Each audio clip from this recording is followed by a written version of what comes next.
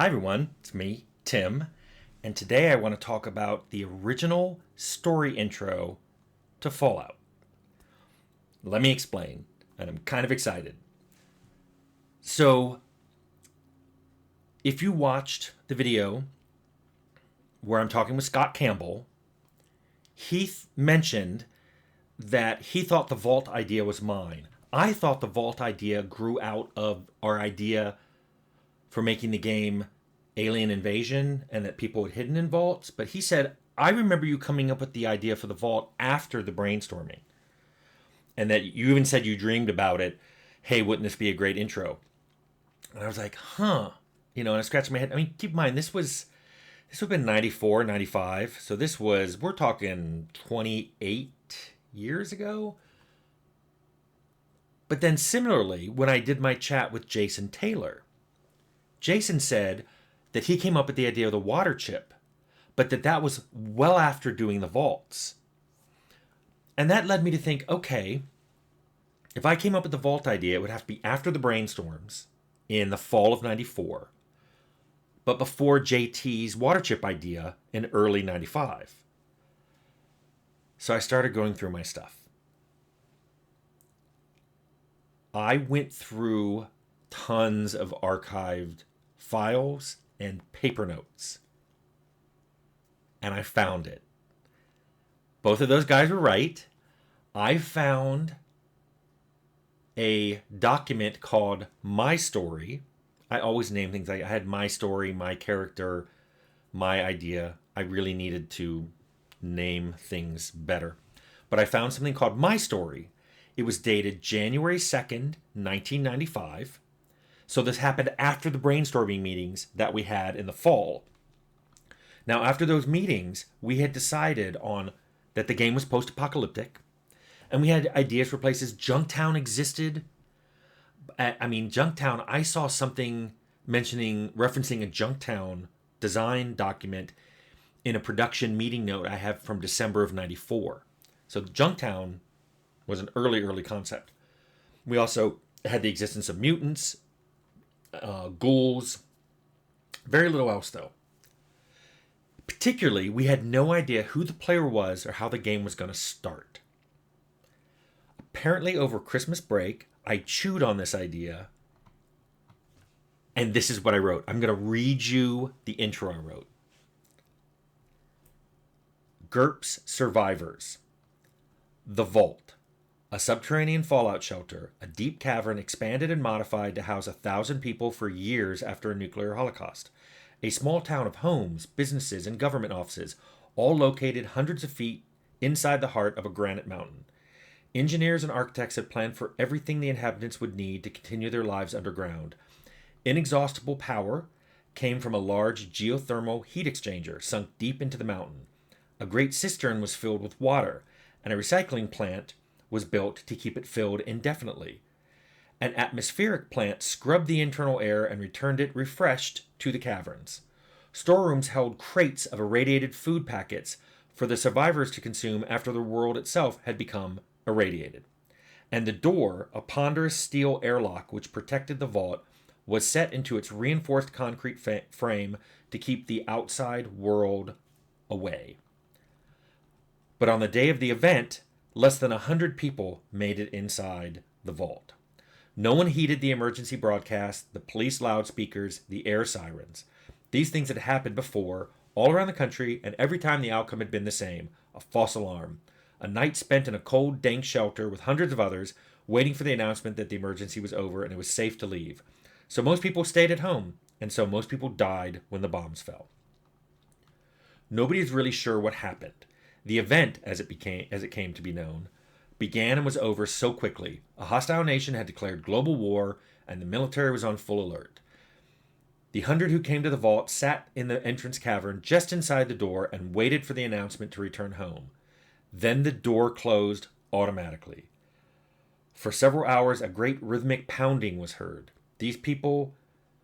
Those people who had made it inside the vault tried to learn what was going on outside, but the radios and televisions inside produced only static, and the radiation monitors mounted outside continued to show a rise on the internal monitors. Gradually, the people realized that they were going to be inside the vault for a long time. They gathered up what meager belongings they had brought with them and moved into the housing areas designed by now dead architects. They ate the food, drank the water, and breathed the air. Slowly, they adjusted to their new life in the vault. Over the years, the radiation levels had dropped to a safer level, and several volunteers had gone outside through the door.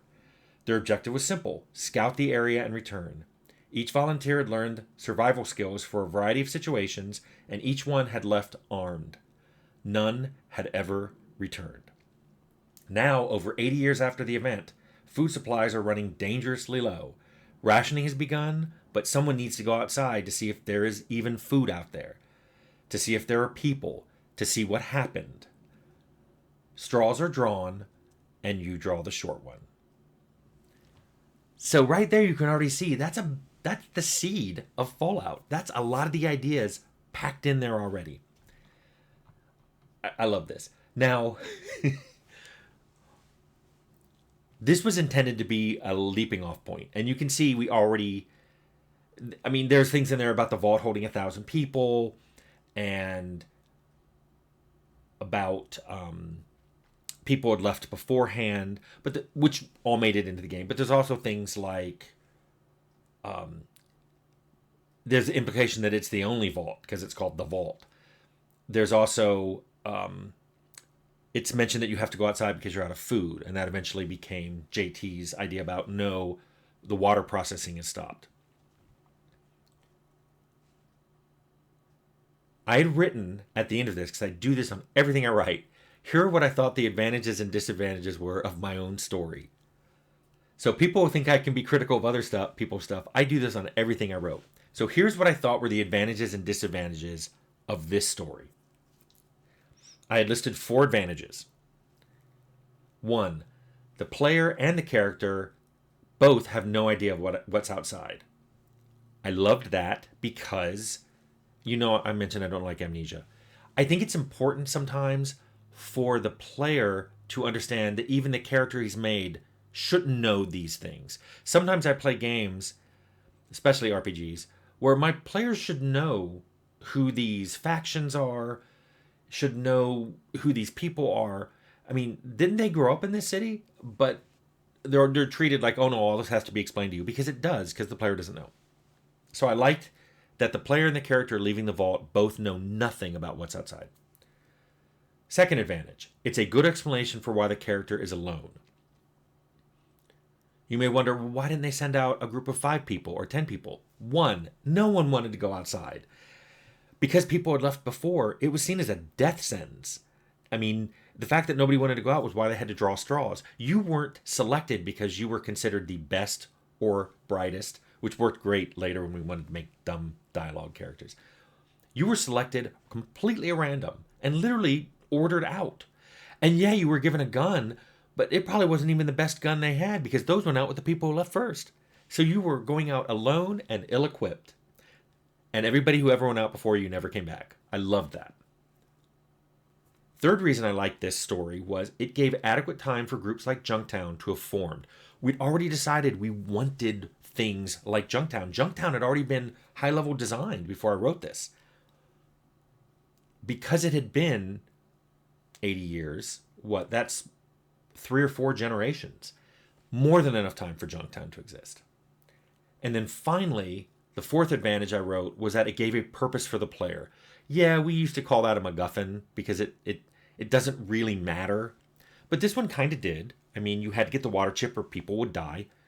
And also, it gave you like a focus. You weren't just wandering around randomly. You had something out there you had to do, and it was important. So I think that element of making the player feel both directed and important while not being special was perfect in this story. The 2 disadvantages I wrote down was, 1, it had a time limit because they were going to run out of food. Even back then, I didn't like time limits. I mean, this is January of 95. I just wrote something and it has a time limit inherent in it, and I don't like that. The second reason I didn't like was interesting. I wrote down, I don't like that there's a home base for the player to run back to. It's kind of hard to get myself in the mindset of me back then. But I think the reason I didn't like this is I liked the idea of a player wandering the wasteland alone and with no safety net.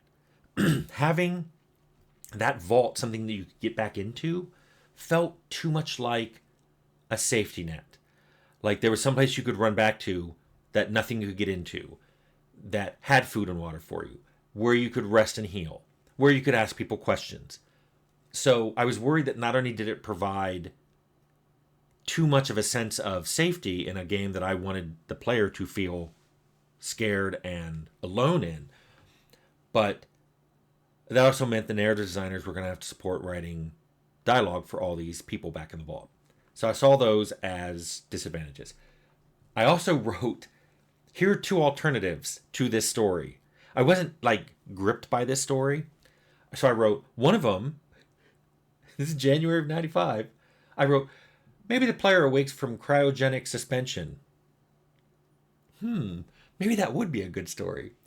And the other alternative was, maybe the player is the last survivor from a group of people killed by mutants.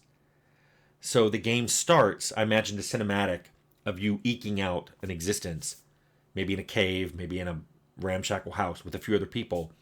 Mutants show up, kill everybody but you, but you manage to fight off the mutants. Either they die or they run off. What I liked about this one was it explained why you were alone, explained why you didn't have a safe place to go back to. Obviously, mutants could find it. And it also introduced the big baddies right at the beginning. It's like, yeah, these guys are scary. Obviously, we didn't do this.